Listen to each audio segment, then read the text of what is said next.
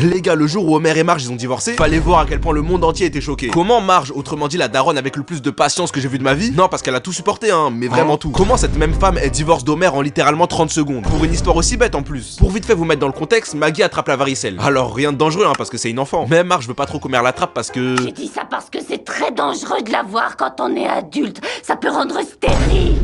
En bas, là. Du coup, il est un peu laissé à l'écart et il s'ennuie. Sauf que c'est là qu'il apprend qu'il y a un truc qui se fait souvent quand un enfant a la varicelle, une varicelle partie. En gros, ça consiste à faire la fête avec un enfant malade qui va devoir contaminer le maximum de personnes, histoire que plus tard il soit immunisé quoi. Alors peut-être qu'ils ont un petit peu abusé, mais écoutez, ça marche. Le problème, c'est qu'à cette même fête, Milhouse, qui est censé avoir des parents divorcés, découvre une dinguerie. Au revoir, merci d'être venu. Si vous êtes malade, faites-moi de la pub.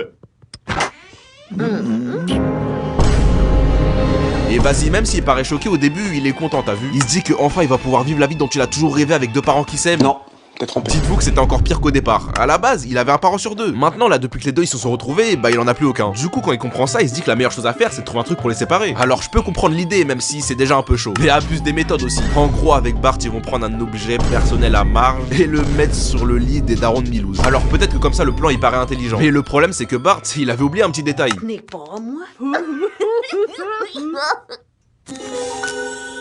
Du coup, en voyant ça, la daronne de Milhouse, elle va voir Homer pour lui montrer ce qu'elle a trouvé quoi. Et là, il y a une dispute entre Homer et Marge qui éclate parce qu'il est persuadé qu'elle l'a trompé. Et ça la vexe et elle décide de divorcer. Et même quand Bart va la voir pour lui dire que bah c'était un mensonge et c'est à cause de lui, elle veut rien entendre. Pour elle, dans tous les cas, Homer c'est mort. Limite, on aurait dit que c'était un prétexte pour le quitter. Et donc, à votre avis, comment va se régler cette situation? Bah écoutez, de manière assez spéciale.